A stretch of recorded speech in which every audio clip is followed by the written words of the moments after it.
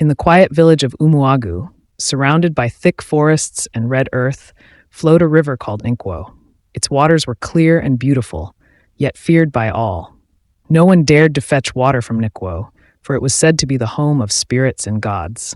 Old tales whispered that whoever touched the river vanished, never to be seen again.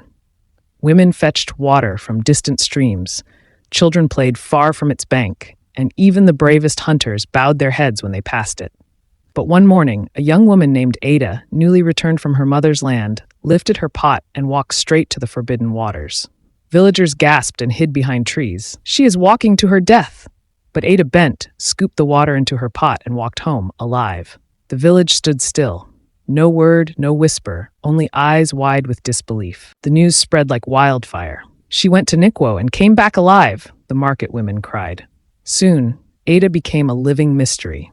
Some said she had made a pact with the spirits. Others called her a witch. Children ran from her shadow. Women crossed the road when she passed. But Ada paid them no mind. She continued her chores, humming soft songs that only the river seemed to understand. Ada was not like the other girls. From childhood, people called her names that stabbed deeper than knives. Her face was not fair, her body not admired. She grew up mocked, scorned, and laughed at. But what Ada lacked in beauty, she carried in kindness. Her heart was warm, her spirit pure, and her voice could calm even the crying child or restless wind. She found joy in chores, sweeping, cooking, washing, for they kept her away from the cruel laughter of others. Among those who mocked her most was Amara, a proud maiden of the village. Together with her friends, she called Ada names and threw stones of laughter whenever she passed. Weeks passed, and Ada continued fetching water from Nkwo, unharmed. Her calm courage angered the girls. One day, Amara and her friends decided to prove she was evil. "Let's go to the river and see if it will spare us too," Amara said boldly. They marched to Nkwo with their gourds, laughing.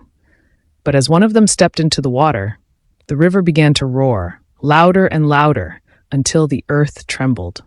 Before their eyes, the river rose like a living serpent and swallowed the girl whole. Screams filled the air as Amara and the others fled, crying, "The river has taken her. Nkwo has eaten her."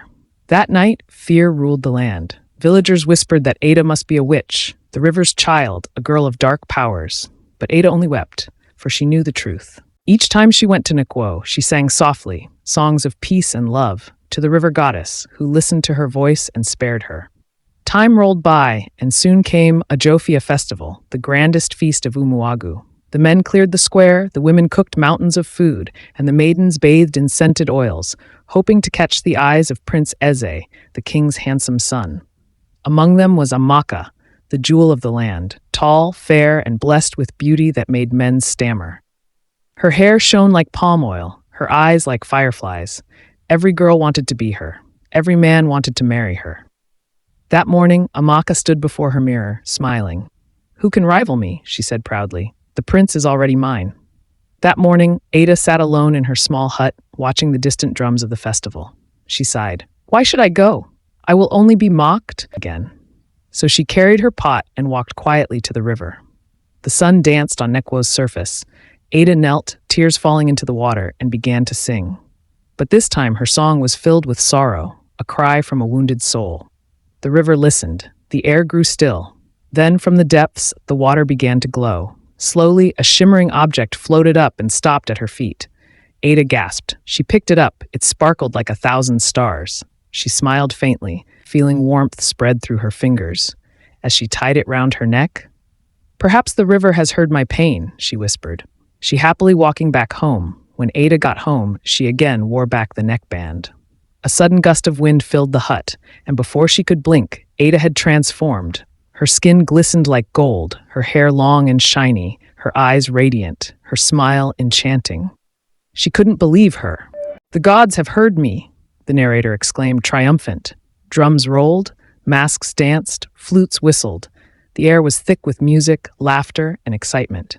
The maidens gathered at the king's court, each more beautiful than the other, all hoping to catch the prince's gaze. Amaka stood at the front, confident and proud. But then the crowd fell silent. From the path leading to the square came a figure, radiant, glowing, divine. Her hair shimmered like black silk, her eyes sparkled like diamonds, her steps gentle yet powerful. The men gasped, the women whispered. It was Ada. The girl they once mocked now walked like a queen. Prince Aza's eyes widened. He rose from his seat. She is the one. The river has chosen my bride, Prince Aza said softly. Amaka's jaw dropped. She tore off her beads and ran from the square in shame. The prince took Ada's hand before the king and declared his love. The king, smiling, blessed their union. But according to tradition, a royal marriage could only stand if the gods gave their sign, a thunderclap from the heavens. Minutes passed, no thunder, no sign. Ada's heart began to tremble. "Oh goddess, have you abandoned me?" Just as tears filled her eyes, the sky darkened. A cold wind swept through the square. Then, thunder cracked, lightning flashed. The earth shook beneath their feet. The villagers fell to their knees, shouting, "The gods have spoken, the gods approve." The rain poured, washing away fear, washing away shame. And from that day, the people of Umuagu learned that true beauty is not in the face, but in the heart that sings to the gods.